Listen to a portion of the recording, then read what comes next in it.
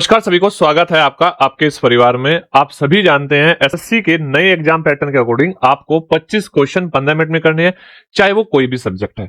जैसे अगर मैं इंग्लिश और जीएस की बात करूं तो ये करना बहुत आसान है, हम कर सकते हैं, लेकिन मैथ और रीजनिंग में यहाँ पे हमें समय की प्रॉब्लम आएगी।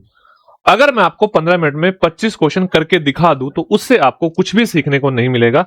तो मेरा मोटिव यही है कि मैं आपको 15 मिनट में 25 क्वेश्चन कैसे करने हैं ये सिखाना चाहता हूं।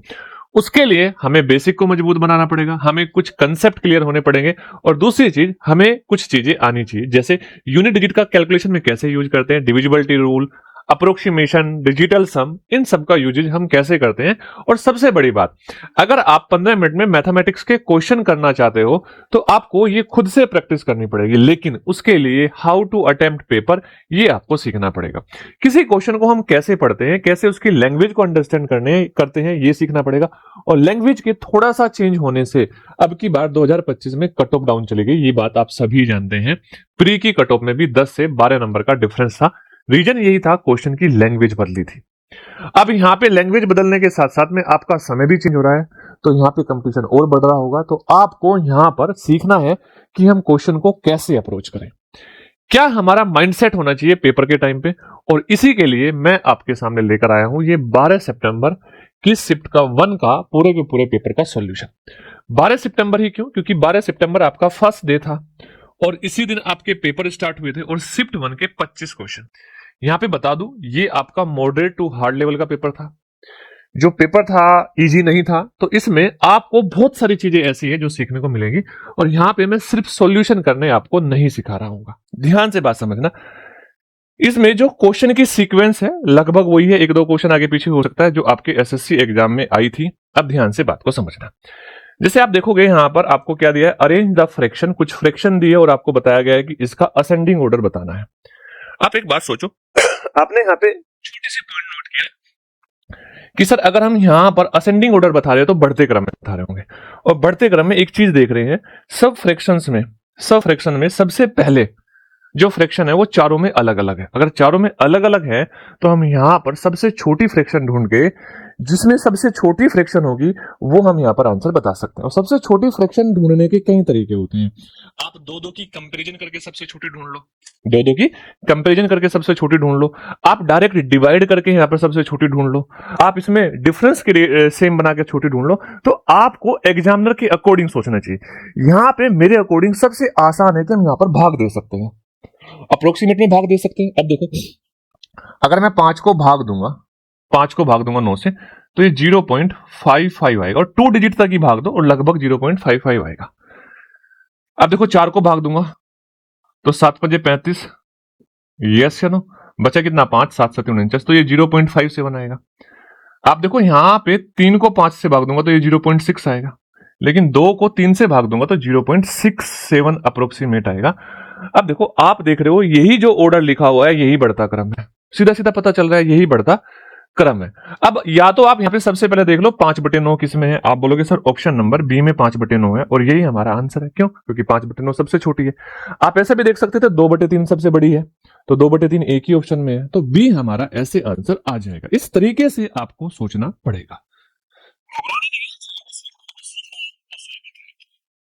अगर आपको सीखना नहीं है, आपको सोचना है कि मैं तो 15 मिनट में क्वेश्चन देखूंगा और उसी तरीके से कर दूंगा, भाई देख के आप कभी भी क्वेश्चन सॉल्व नहीं कर पाओगे, आप सीख के ही कर पाओगे, इस बात को ध्यान रखना।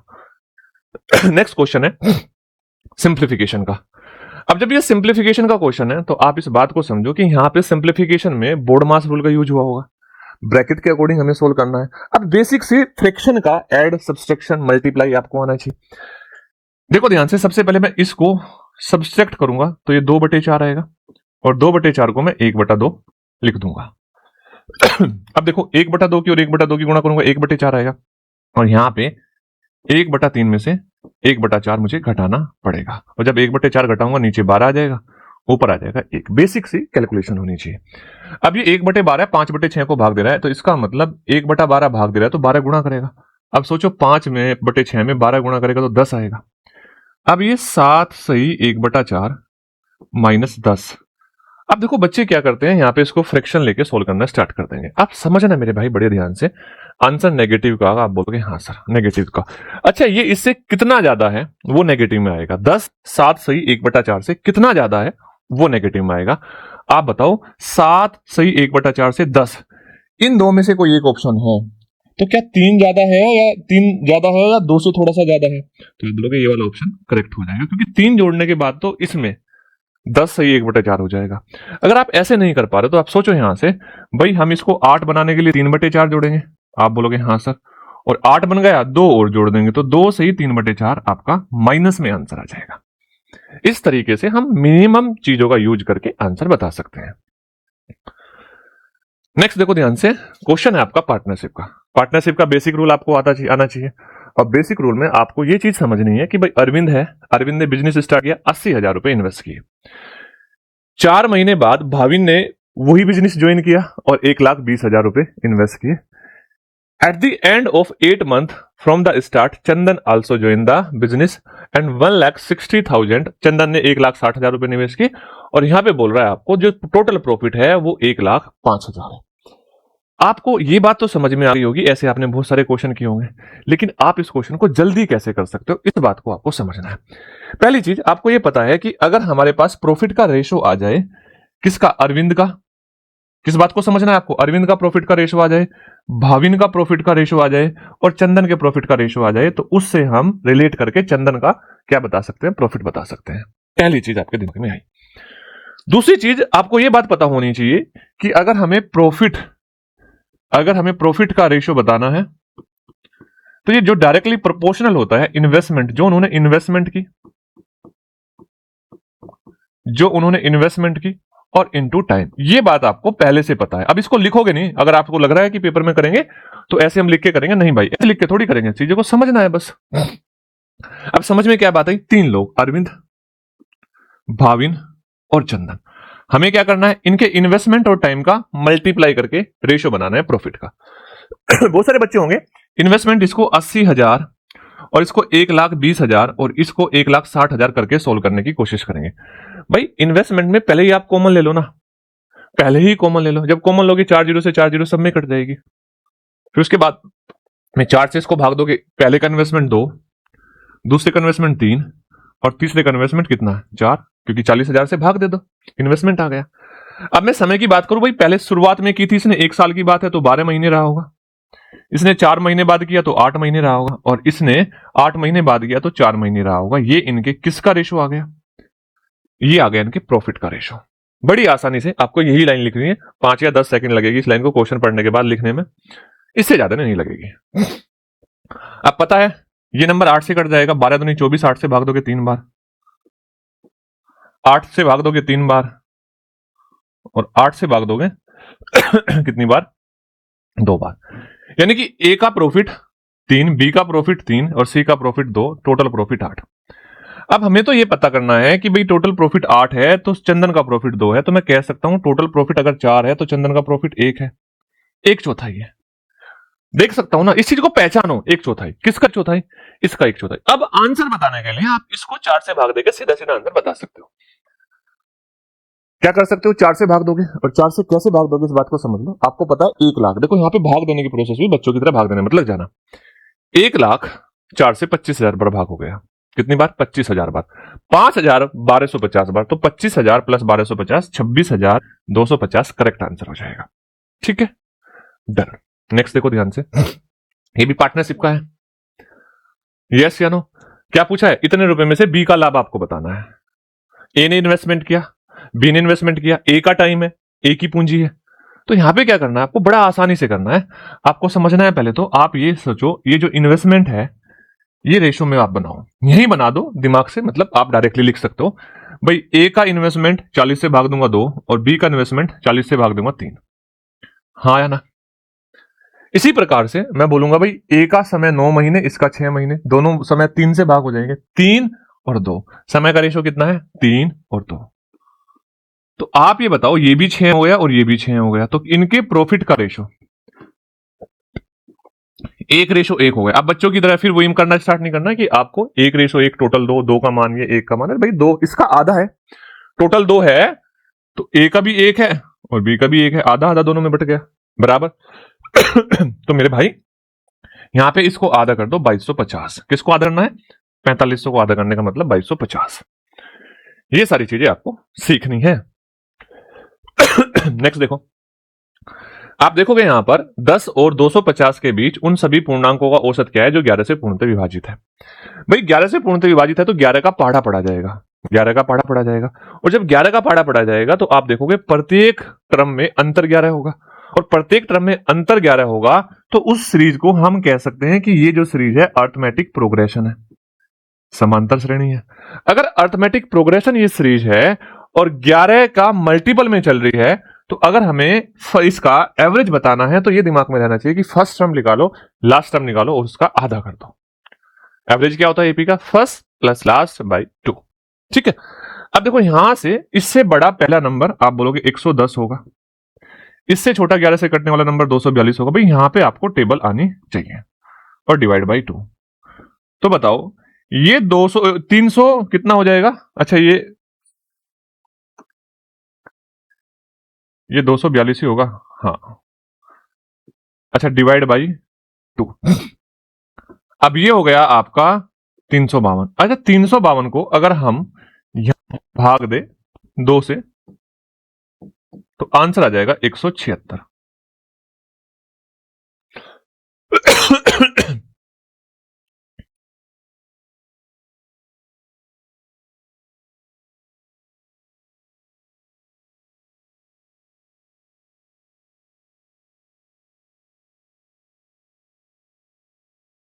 का कोई भी चांसेस नहीं है। अब मैं तो आपको सिखा रहा हूं, तो इसको कैसे करें आप देखो ध्यान से। आपके पास 15 नंबर है जिनका एवरेज कितना है? 80। पहली 6 संख्याओं का एवरेज 72 है। नेक्स्ट 6 संख्याओं का एवरेज पहली वाली से 25% ज्यादा है। तो जैसे ही 25% ज्यादा आया, दिमाग में आपके क्लिक होनी चाहिए इससे 25% ज्यादा। अच्छा इससे 25% ज्यादा का मतलब क्या है? भाई इसका 1/4 ज्यादा, तो 1/4 कितना होगा? 18 होगा। 18 ज्यादा है मतलब इसका मतलब ये 90 है। सेकंड 6 संख्याओं का औसत 90 है, ये आपके दिमाग में पढ़ते हुए आ जाना चाहिए। कितना है? 90। ठीक है, अब बोलो कि जो संख्या है 13वीं 8 ज्यादा है 15वीं से, और 14वीं 10 कम है किससे? 15वीं से। तो आप बताओ एवरेज बताना है 13वीं का और 14वीं का। तो आपको पहले इन 15 संख्याओं में इन 12 संख्याओं को घटाना पड़ेगा, जो सम आएगा उसको रिलेट करना पड़ेगा, फिर जाके आपका संख्याएं आएगी और फिर आप एवरेज बताओगे। देखो मैं करके बताता हूं। आप देखो 15 संख्याओं का एवरेज 80 है, तो 15 8 120 यानी कि टोटल तो 1200 होगा, माइनस 6 गुणा 72 432, प्लस 90 गुणा 6 54 540। तो ये आपका 972 हो जाएगा, और यहां पे मैं कह सकता हूं 228 इन तीनों संख्याओं का योग आएगा। कैसे? ये 972 घटा दोगे 12 में से 228 आएगा। अब 228 में 3 संख्याएं हैं, एक आपकी 13वीं है, एक आपकी 14वीं है और एक आपकी 15वीं है। अब इस 13वीं का रिलेशन भी 15वीं से बता रखा है और 14वीं का भी 15वीं से बताया, तो आसान तरीका यह है कि इस 15वीं को x मान लो। अब 13वीं जो है इस 15वीं से 8 ज्यादा है, प्लस 8, और 14वीं 10 कम है, x माइनस 10। सबसे पहले मुझे एक बात बताओ, अगर x का मान आपको मिल जाए तो आपको कौन सी दो संख्याओं का एवरेज बताना है? आप बोलोगे सर हमें इस 14वीं का और इस 13वीं का एवरेज बताना है। तो आप खुद सोचो इस 14वीं का और 13वीं का एवरेज क्या आएगा? देखो x तो आएगा ही आएगा, इन दोनों को जोड़ के आधा और कर दो, इन दोनों को जोड़ के आधा करोगे तो x माइनस 1 आएगा। यानी कि अगर आपको x का मान मिल जाए तो आप एवरेज बता सकते हो x माइनस 1। क्लियर? अब इनको जोड़ दो, इनको जोड़ के आप किसके बराबर रखोगे? सर 228 के बराबर। क्या 3x बराबर, ये माइनस का 2 उधर जाकर जुड़ जाएगा 330, और x बराबर क्या आएगा? 76.67। यस या नो? अभी x का मान आया, एवरेज कितना आएगा? यानी कि x में से 1 घटा दो, 75.67। तो ऑप्शन नंबर सी इसका करेक्ट आंसर हो जाएगा। आप देखो इसमें भी एक बात सोचो, हमने कितना सा डाटा यूज किया इस क्वेश्चन को सोल्व करने के लिए। इसी तरीके से आपको करना पड़ेगा तो चीजें आप कर पाओगे। समझ आ रही है तो वीडियो को शेयर भी करना और कमेंट करते तो जरूर जाना, ठीक है ना। चलो भाई नेक्स्ट देखो ध्यान से, कितनी आसानी से मैंने आपको बता दिया। बोला है एक मकान मालिक 8 लाख रुपए का एक फ्लैट खरीदता है। उसने 8 लाख रुपए फ्लैट में इन्वेस्ट कर दिए और उसने रख रखाव के लिए 2,000 रुपए का भुगतान और करना स्टार्ट कर दिया, यानी कि हर महीने 2,000 रुपए उसका खर्चा होना स्टार्ट हो गया। वो चाहता है कि उसके निवेश पर, जो उसने निवेश किया मतलब 8 लाख पर, उसको 9% का वार्षिकी क्या मिल जाए, रिटर्न मिल जाए। यानी कि आप देखो 8 लाख का 1% 8,000 होता है और 9% कितना होगा, 9×8 = 72, यानी कि 72,000 तो उसको रिटर्न चाहिए। ठीक है, 72,000 को रिटर्न चाहिए और वो 24,000 हर महीने 2,000 खर्च करता था। 24,000 रुपए किसको देता था, रख रखाव के देता था। यानी कि उसको कितने चाहिए 72,000 बचाने के लिए, सर 24 और जोड़ दो तो आप बोलोगे हर साल 96,000 रुपए चाहिए उसको, जिसमें से 24,000 वो रख रखाव के दे देगा और 72,000 उसका 9% रिटर्न हो जाएगा। अब ये 96,000 एक साल में चाहिए तो एक महीने का रेंट कितना होगा, इसको हम 12 से भाग दे देंगे, 12×8 = 96। Option number C correct answer हो जाएगा। ठीक है भाई, आप जल्दबाजी में मत किया करो, बस इतना सा समझ लो। जैसे ये क्वेश्चन है, इसको तो देखते ही सारे बच्चे टूट के पड़ेंगे और मैक्सिमम 5 सेकंड में इसका आंसर भी बता सकते हैं। बेसिक सी बात है कि कहा जाता है कि चक्रवृद्धि ब्याज की दर से कोई धन डबल होने में 5 वर्ष का समय लगता है। ठीक है, बताओ कितने साल में वो 8 गुना हो जाएगा। बस आप ये देखो पहले कितने गुना हो रहा है, 2 गुना। 2 गुना होने में 5 साल लग रहे हैं। यस या नो, मैं कह सकता हूं 2 की पावर 1 होने में 5 साल लग रहे हैं। अब यहां पे मुझे 2 की पावर 3 यानी कि 8 गुना करना है, 8 गुना करना है। आप ये बताओ ये पावर 3 में कब जाता है, प्रिंसिपल अमाउंट का रेशो है, पावर 3 में कब जाता है, तो आप बोलोगे ये पावर 3 में तब जाता है जब हमारा समय भी 3 गुना हो, यानी कि 5 गुणा 3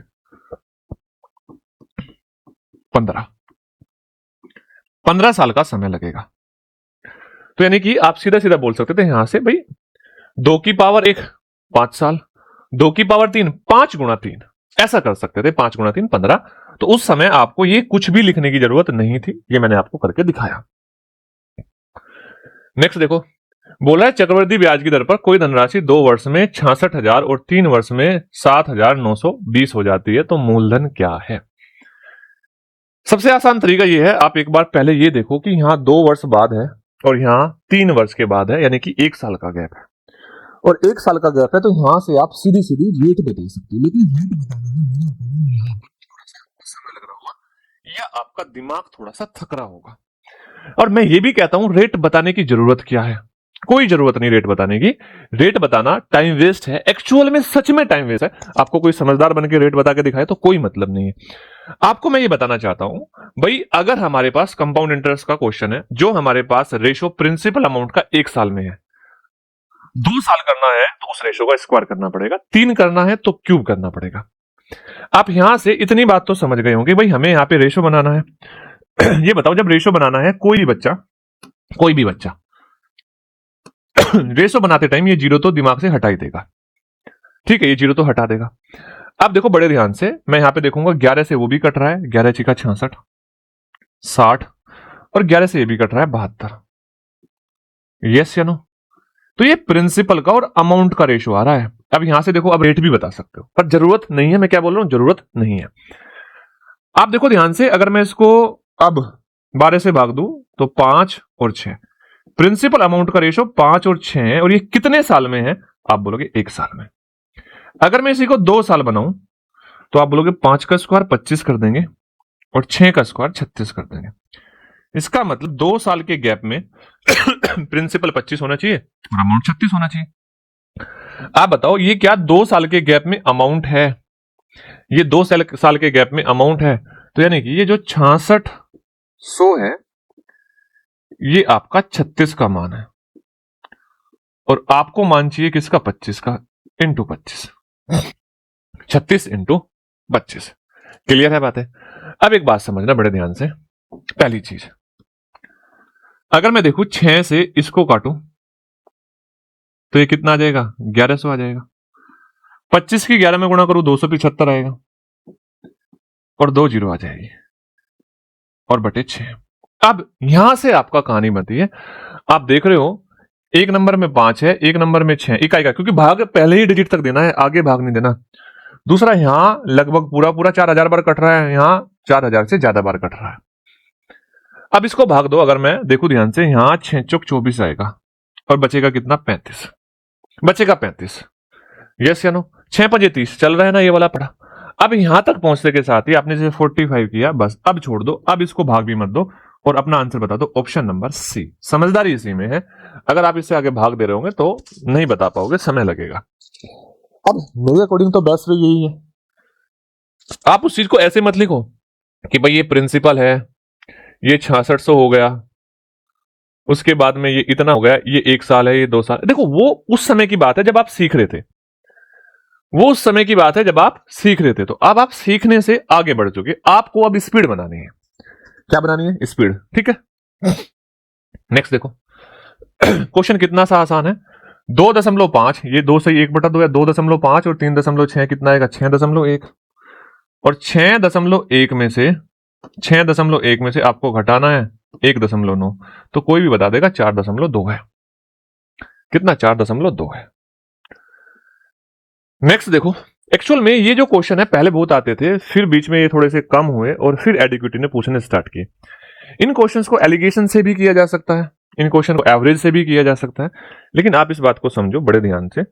यहां पर हम क्या कर रहे हैं, पहले क्वेश्चन को जानना जरूरी है।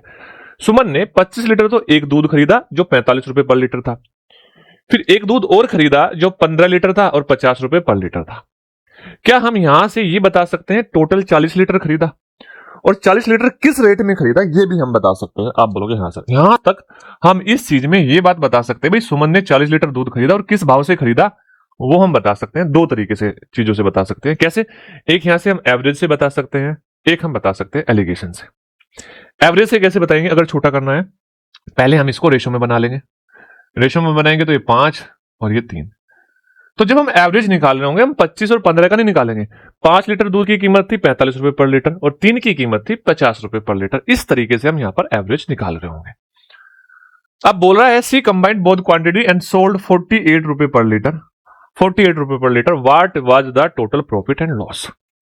समझो, अब हमें अगर यह पता चल जाए कि उसने खरीदा किस भाव से था टोटल, तो 1 लीटर पे कितना प्रॉफिट हो रहा है, उसमें हम 40 से मल्टीप्लाई करके अपना आंसर सीधा सीधा बता सकते हैं। कैसे?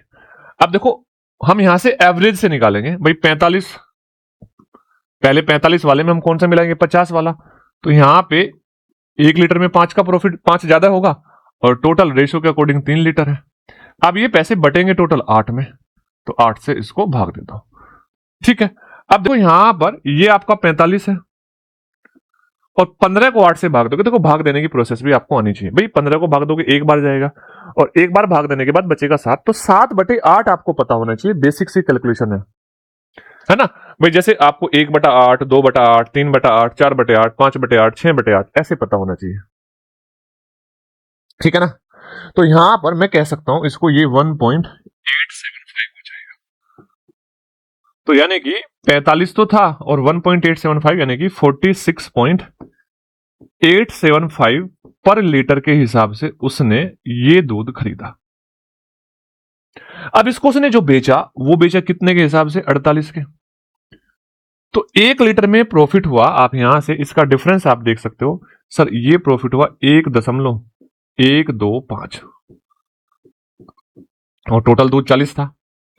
तो जब यहां पर आप 40 से गुणा करोगे तो आप देखोगे यहां पर 45 आ जाएगा, यानी कि प्रॉफिट हुआ और वो भी कितने का? 45 का। Option number B. नेक्स्ट देखो, पहली बार में छोड़ दो। क्यों छोड़ दो? देखो 1 2 3 4 5 6 लाइन तो पढ़ने में लग रही है, 6 लाइन। 30 से 40 सेकंड, 30 सेकंड तो इसको आपको पढ़ने में लग जाएगी और 40 सेकंड या 50 सेकंड तक तो पढ़ने और समझने में लग जाएगी, फिर सोल्व करने में लग जाएगा। यानी कि ये क्वेश्चन आपका, जब आप फर्स्ट टाइम एकदम से इस क्वेश्चन को देख रहे होंगे, कोई भी 30 मार्क का हो, कोई भी तुर्रम खा हो, इस क्वेश्चन को 1 या 1.5 मिनट से पहली बार के में नहीं कर सकता था जब उसने पहली बार इस क्वेश्चन को देखा था। तो ये क्वेश्चन समय लेता। अब समय लेता तो इसका मतलब पहली बार के में ऐसे क्वेश्चन को जहां आपको अंडरस्टैंडिंग करनी पड़ जाए, छोड़ दो। और भलाई इसी में छोड़ दो, क्योंकि जितने समय में आप इस क्वेश्चन को कर सकते हो, मे बी इतने समय में नेक्स्ट 3 क्वेश्चन कर सकते हो। 3 नहीं 2 तो कर ही लोगे। तो उस टाइम इसको छोड़ दो।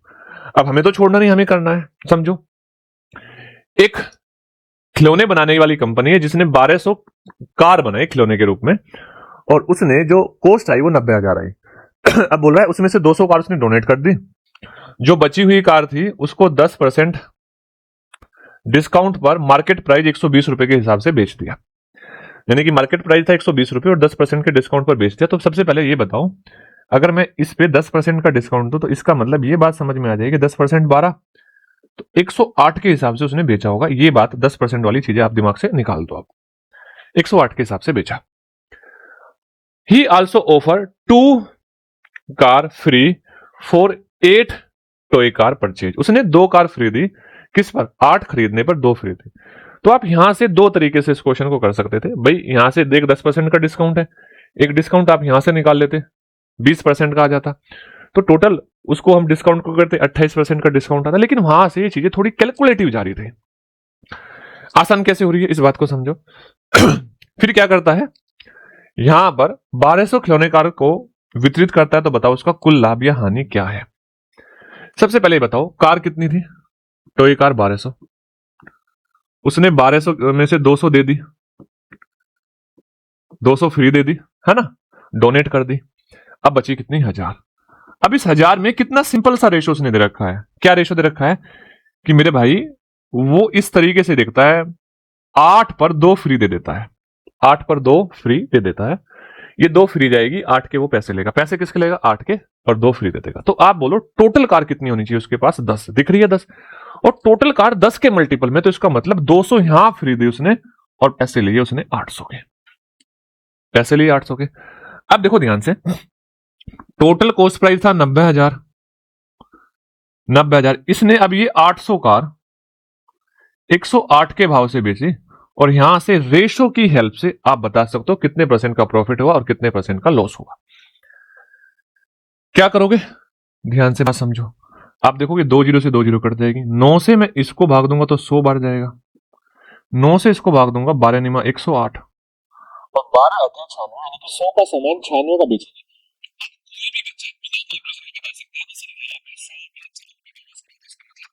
4% का लॉस हो रहा है। Option number A. Done? Clear बात है? यस। नेक्स्ट देखो ध्यान से। अब ये क्वेश्चन समझो। बोला एक रिटेलर ने mark an air conditioner 80% above it's cost price, he offer first discount 25%। उसने पहला ऑफर दिया 25% का फेस्टिवल के दौरान, और एक एडिशनल डिस्काउंट भी दिया 10% का, और उसके बाद में उसने वस्तु को 15,500 बेच दिया। अगर ये क्वेश्चन आपने पढ़ लिया तो ये समझ में आ जाएगा आपके, और आसान भी है। कैसे? पहले कंसेप्ट को समझो। कंसेप्ट ये है कि हमारे पास एक कॉस्ट प्राइस है, इस कॉस्ट प्राइस को 80% बढ़ाया गया, एक मार्क प्राइस आया, मार्क प्राइस में 30% की कमी की गई, 30 की या 25 की? 25 की कमी की गई। फिर आपका एक सेलिंग प्राइस आया और उसमें भी वापस 10% की कमी कर दी, और आपको ये सेलिंग प्राइस गिवन है, ये सेलिंग प्राइस गिवन है, और कितना गिवन है? 15,552। 15,552। अब आपको ये बात तो समझ में आ गई होगी कि सर ये तो सक्सेसिव का क्वेश्चन बन रहा है। कैसा बन रहा है? सक्सेसिव का। सीपी से हम मार्क प्राइस पे सीधे सीधे जा सकते हैं, सॉरी सेलिंग प्राइस पे सीधे सीधे जा सकते हैं। तो या तो रेशो बना के इन दोनों का रेशो निकाल लो, या सीधा सीधा एक लाइन में कर सकते हो। कैसे करोगे? भाई सीपी है, 80% बढ़ाएंगे तो पता होना चाहिए 9/5। भाई ये तो मैं मान सकता हूं, भाई आप इस प्रैक्टिस सेट को देख रहे हैं, आपको बेसिक फ्रैक्शन आती है। 25% की फ्रैक्शन 1/4 होगी, कम होगा तो भाई 3/4 हो जाएगा। 10% कम होगा तो भाई 9/10 हो जाएगा, और किसके बराबर है? 15,552 के बराबर है। अब एक बच्चा इसको देखते के साथ ही काटापीटी करने स्टार्ट कर देगा, तूफान आए, क्योंकि तूफान है, उसको तो सबसे पहले क्वेश्चन करना है बिना सोचे समझे, और उन बिना सोचे समझे वालों का सिलेक्शन नहीं होता। ये बात हमेशा ध्यान रखना। आप एक बात सोचो, थोड़ी सी बात सोचो कि सर ऑप्शन में 0 है, और 0 किसकी वजह से आती है? 5 और 2 की वजह से आती है। और यहां देखो 1 5 ये 1 5 ये, सिर्फ 2 ही 5 है, उसमें कोई 5 है ही नहीं मल्टीप्लाई में, क्योंकि 5 होता तो एक अंक 5 होता या 0 होता। तो 2 5 है तो 2 0 ही आ सकती है मैक्सिमम, उससे ज्यादा नहीं आएगी। तो ये ऑप्शन आपके खटाक से खत्म हो गए। क्या हो गए, ये ऑप्शन खटाक से खत्म हो गए। अब चीजों को सीखो। देखो ध्यान से, अब मैं आपसे ये कहना चाहता हूं कि आप इस बात को समझो, इसमें एक 4 ये और 2 ये 8 है। कितना है मेरे भाई, 8। थोड़ी सी बात सोच लो, बस थोड़ी सी, 8। ठीक है, 8 है। और यहां ये 552 भी 8 से कटता है, तो ये 8 इधर 8 गुणा करेगा, तो यानी कि नंबर 64 से कटना चाहिए, क्योंकि इधर तो कोई काटेगा नहीं। 64 से कटना चाहिए। अगर नंबर 64 से कटना चाहिए तो 64 से क्या ये नंबर कट रहा है? आप बोलोगे नहीं, ये नंबर नहीं कट रहा है, नंबर 64 दूनी 128 यही कट रहा है। तो इस कैलकुलेशन को मैं ऐसे कर सकता था। नहीं तो बेसिक्स ही है, आप पहले 9 से भाग दो, फिर 9 से भाग दो, फिर 3 से भाग दो, फिर 2 से गुणा कर दो। डन बात।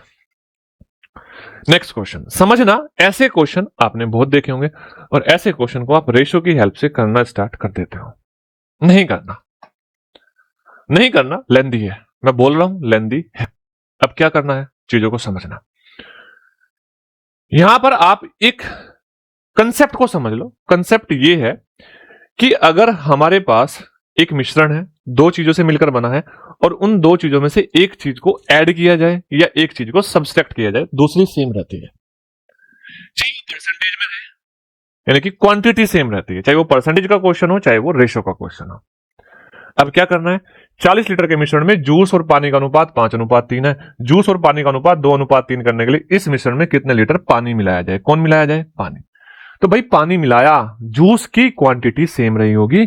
और आप ये बताओ, जूस अगर टोटल मिश्रण 40 था, क्या जूस मैं कह सकता हूं 5 जूस था, 3 पानी था, टोटल 8 था?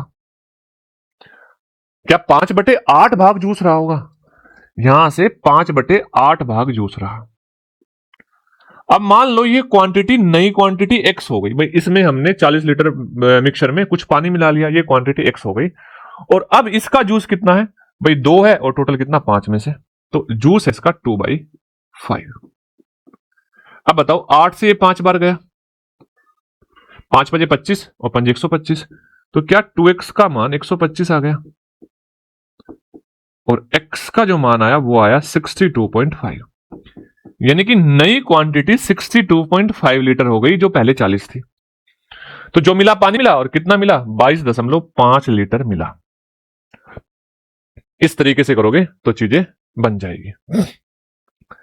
नेक्स्ट देखो, ए किसी काम को 15 दिन में पूरा कर सकता है, बी उसी काम को 20 दिन में पूरा कर सकता है, मिलकर 4 दिन काम करते हैं, तो काम का कितना हिस्सा शेष रहेगा? इसको तो आप कोई भी कर सकते हो, फटाफट में करके बताओ। देखो ऐसे क्वेश्चन को तो सोचना ही नहीं है। ए 15 में,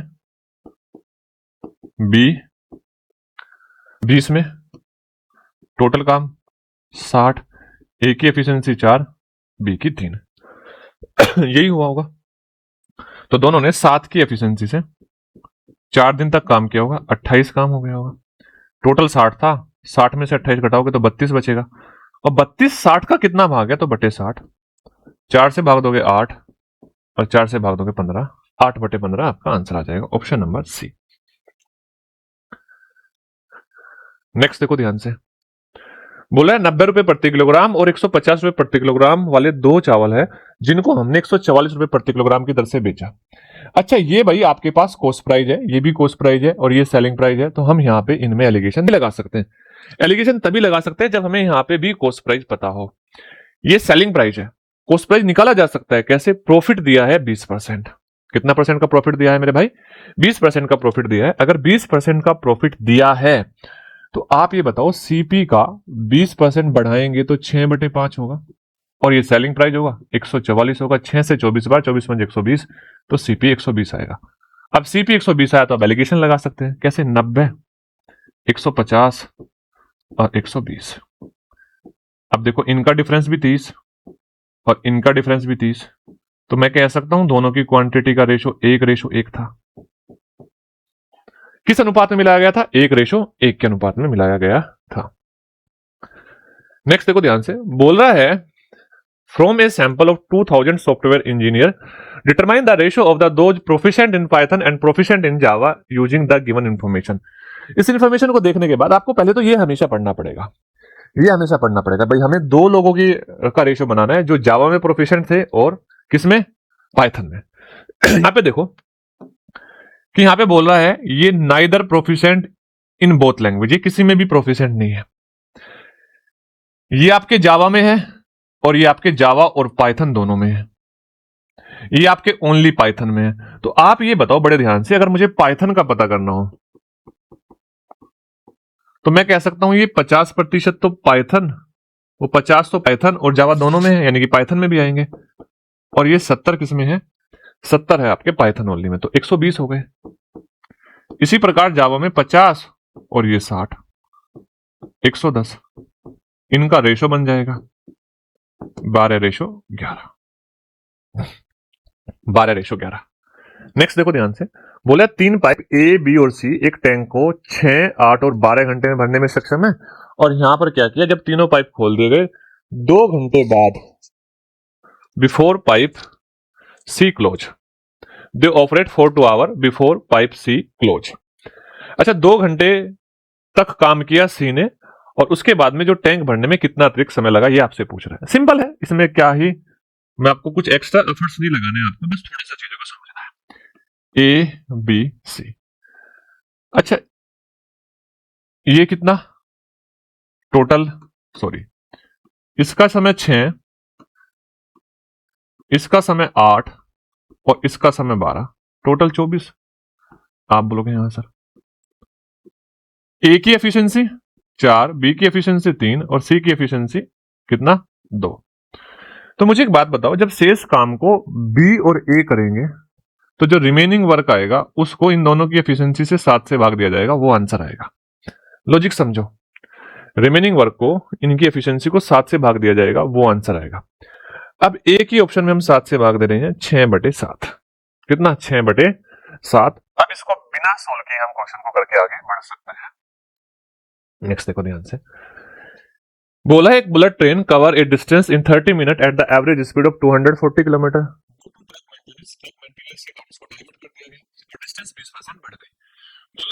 अगर हम ट्रेन को 30 मिनट में ही पहुंचाना चाहते हैं तो उसकी एवरेज स्पीड कितनी होनी चाहिए। आप सोचो, आप एक पर्टिकुलर स्पीड से दौड़ते थे, 30 मिनट में एक स्थान पे पहुंच जाते थे, अब उसकी डिस्टेंस बढ़ गई, 30 मिनट में ही पहुंचना है। तो यहां पे क्या आप कह सकते हो टाइम कांस्टेंट है, समय कांस्टेंट है। अगर समय कांस्टेंट होता है तो जो स्पीड है और जो डिस्टेंस है वो डायरेक्टली प्रोपोर्शनल होती है। जिस रेशो में डिस्टेंस बढ़ रही है उसी रेशो में स्पीड बढ़ रही होगी। डिस्टेंस 20% बढ़ रही है तो स्पीड भी 20% बढ़ रही होगी, तो इसका 20% कितना होता है 48, तो मैं कह सकता हूं 288 स्पीड होगी। समझो कहानी को, समझो कहानी यही है कि 288 स्पीड होगी। अब यहाँ पे आप रेशो बनाने लग जाओ कि मैंने स्पीड का रेशो ये था, डिस्टेंस का रेशो ये था। अरे सिंपल सा लॉजिक, 20% डिस्टेंस बढ़ी तो 20% स्पीड बढ़ानी पड़ेगी, तभी हम जाके सही समय पर पहुंच पाएंगे। नेक्स्ट देखो, 2 कारें एक्स और वाई 360 किलोमीटर के पर स्थित 2 बिंदुओं से एक दूसरे की ओर चलना शुरू करती है, या एक चलना शुरू करती है, समान गति से यात्रा करती है। जब एक दूसरे की ओर बढ़ती है तो 4 घंटे का समय लगता है। जब एक दूसरे की ओर बढ़ेगी, मान लो पहली की स्पीड x है और दूसरी की स्पीड y है, 360 किलोमीटर 4 घंटे में जाएगी, तो 360 को 4 से भाग दोगे, 90 किलोमीटर प्रति घंटे की स्पीड होगी। दोनों का योग 90 होगा मेरे भाई, ठीक है।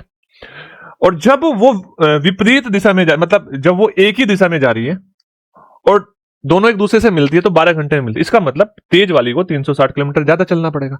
यहां पे दोनों की स्पीड का डिफरेंस आ जाएगा, और कितना 30, क्यों 12 से भाग दोगे 30। अब आपसे पूछ रहा है तेज कार की स्पीड बताओ, तेज तो x है, तो दोनों को जोड़ के आधा कर दो, दोनों को जोड़ के आधा करोगे तो 60 आ जाएगा। कितना आ जाएगा 60। अगर आपसे कोई धीरे की पूछ लेता तो दोनों को जोड़ के दोनों का डिफरेंस लेके आधा कर देते तो 30 आ जाता। तो अभी यहां पे कितना आ गया 60 आ गया। बोला एक गोलाकार पिज्जा जिसकी त्रिज्या 21 सेंटीमीटर है, इसका 75% भाग खा लिया गया, बचे हुए पिज्जा का क्षेत्रफल बताओ। तो 75% भाग खा लिया तो 25% बचा होगा ना, और 25% बचा होगा तो इसका मतलब 1/4 भाग बचा होगा। कितना बचा होगा 1/4 भाग बचा होगा। अब हमें इस पिज्जा का क्षेत्रफल निकाल के उसका 1/4 भाग निकालना है, ये वो कहना चाह रहा है। अब पिज्जा का क्षेत्रफल πr² होता है, पाई का मान 22/7, क्योंकि पाई तो यहां पे है ही नहीं ऑप्शन में, 22/7 इंटू 21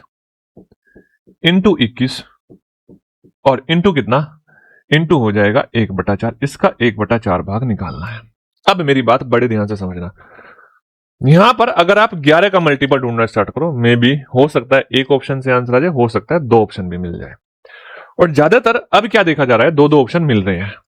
जरूरी नहीं है एक से हो जा रहा है, कभी कभी हो जा रहा है, कभी कभी नहीं हो रहा है। तो पहले तो आप 11 का डिविजिबिलिटी रूल लगा के देख सकते हो, पर 11 का डिविजिबिलिटी रूल में थोड़ा सा टाइम लग रहा है। एक छोटी सी चीज करके देखो, एक छोटी सी चीज करके देखो।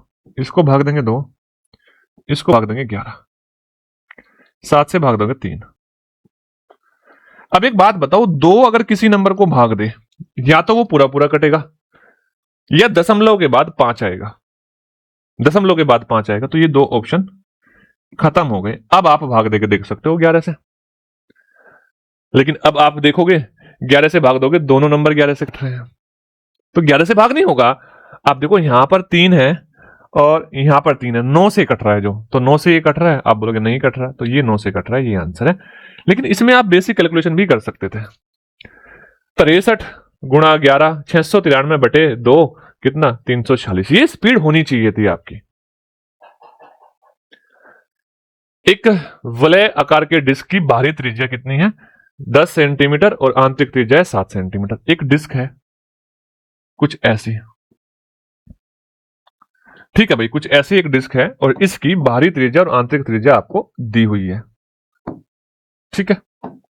ये आपकी डिस्क है, इसकी जो आंतरिक त्रिज्या है मेरे भाई, वो आंतरिक त्रिज्या कितनी दी है, ये दी है 7, और जो बाहरी त्रिज्या दी है ये दी है कितनी, 10। आपसे पूछ रहा है बताओ इस वलय का क्षेत्रफल और बाहरी वर्त का क्षेत्रफल का लगभग अनुपात बताओ। तो आप बताओ इस वलय का क्षेत्रफल कैसे बताओगे, इस रिंग का क्षेत्रफल कैसे बताओगे। तो आप बोलोगे एक तो फॉर्मूला है, पर फॉर्मूले की जरूरत कहां है आपको, यहाँ पे सोचो। बड़े में से छोटे का घटा दो, बड़ा 100 पाई, 100 पाई होगा ना, पाई आर स्क्वायर 100 पाई, छोटा 49 पाई। तो मुझे बताओ बड़ा तो 100 पाई है, हमने यहाँ पे लिख लिया बड़े का तो 100 पाई है, और छोटे का घटा दो 49, तो क्या 51 पाई आ जाएगा।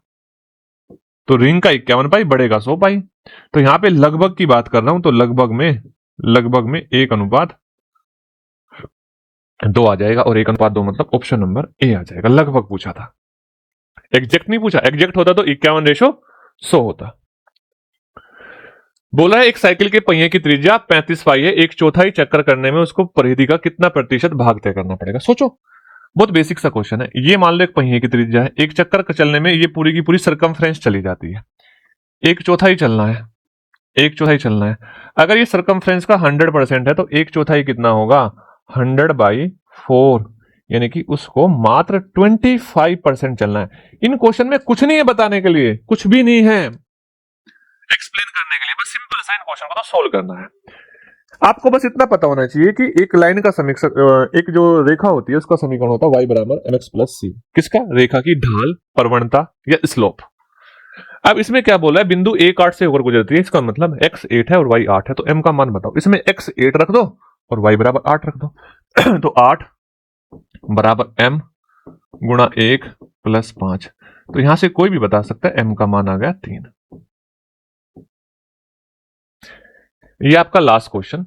यहां पे देखो ध्यान से, एक पैटर्न इसमें यहां पे ऐसा भी बनता है कि जहां पर एक ही ये कंडीशन होती है, if a plus B plus C बराबर 0, तो हम कह सकते हैं देन a की पावर 3 प्लस b की पावर 3 प्लस c की पावर 3 बराबर 3abc। लेकिन यहां पर ये वाला पैटर्न तो नहीं बन रहा।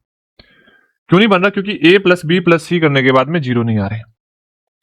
तो यहां पे या तो इनके क्यूब करके सोल्व करो या कुछ और लॉजिक लगाओ। नेगेटिव में है, ये तो बात आपको सबको दिख रही है, सारे ऑप्शन नेगेटिव में है। तो फिर क्या किया जाए सर, हम यहां पे एक काम कर सकते हैं, यहां पे डिविजिबिलिटी रूल या डिजिटल सम कुछ ऐसा लगा के देख सकते हैं, क्योंकि यूनिट डिजिट से तो नहीं होगा। आप इस बात को समझो, क्योंकि यूनिट डिजिट तो सबकी क्या है, 0 है। इस बात को समझो कि मैं यहां पे डिजिटल सम देखता हूं, 8 और 1 9, 6 और 3 9, इसका डिजिटल सम हो गया 0। यहां देखूंगा 5 4 9 7 6 13, 13 का डिजिटल सम हो जाएगा 4। यहां देखूंगा 8 और 1 9, 4 और 2 6, डिजिटल सम हो गया 6। ये डिजिटल सम माइनस में, ये बात ध्यान रखना। 5 4 9 और ये हो गया 5 माइनस में। इसका मतलब अगर आपके क्वेश्चन का डिजिटल सम मान लो 5 आया तो आंसर हो जाएगा ये, 4 आया तो ये हो जाएगा, 3 आया तो ये हो जाएगा, और 0 आया तो यही रहेगा। अब इसका डिजिटल सम निकाल दो। 3 और 1 4, 4 का क्यूब 64, और 64 का डिजिटल सम हो जाएगा 1। 8 और 1 9, 9 की पावर कुछ भी कर लो, डिजिटल सम 9 ही रहेगा। 7 3 10 और इसकी 7 3 10 और आप देखोगे यहां पर 7 3 10 और 10 का क्यूब करोगे तो यहां पे क्या आ जाएगा आपका माइनस का 1 आ जाएगा। ठीक है ना। अब देखो ध्यान से यहां पर क्या आ जाएगा आपका प्लस का 3 आ जाएगा। कितना है? प्लस का 3। आप बड़े ध्यान से इस बात को समझो। ये तो मान लो हमारे कट गई एक बार के लिए। एक्चुअल में बड़े वाले में से हम छोटे वाला घटाते हैं, क्योंकि माइनस में है तो इसको बड़े वाला रखते, हम इनको घटाते, पर कोई बात नहीं, ये कट गए। तो आप मुझे बताओ ये क्या आया? 13। यस या नो? कितना है? 9 3 12 और 12 का डिजिटल सम आया प्लस का 3। अब प्लस का 3 नहीं बताओगे तो क्या बताओगे? माइनस का 6 बताइए, क्योंकि टोटल क्या होना चाहिए? 9 होना चाहिए। तो इस तरीके से आप इन 25 क्वेश्चन को अगर इस तरीके से सीखोगे तो जब आप खुद कर रहे होंगे मे बी इन चीजों को अप्लाई करके आप फास्ट क्वेश्चन को कर पाओगे। लेकिन अगर मैं यहाँ पे 25 क्वेश्चन को फटाक से करना सिखा दूं 15 मिनट में, मैं इन 25 क्वेश्चन के आंसर आपको सोल्व करके बता सकता था। अगर मैं इनको पहले करके आ रहा होता तो मैं मे बी 10 मिनट में भी बता सकता था, और उत्तर याद करके आ रहा होता तो मैं 5 मिनट में भी बता सकता था। लेकिन आपका फायदा इसी में है कि आप इन चीजों को सीखो, और सीखना है तो आप इस YouTube चैनल को सब्सक्राइब कर लेना। आपको सारी चीजें इतने ही प्यार से सिखाई जाएगी और सीक्वेंस वाइज सिखाई जाएगी। ऐसा नहीं है कि कोई हवा बना के सिखाया जाएगा। तो आप सबको एक प्यारा सा कमेंट करना है और नेक्स्ट वीडियो का इंतजार करना है। नेक्स्ट वीडियो आपको फिर मिलेगी इसी टॉपिक के ऊपर। जय हिंद, जय भारत।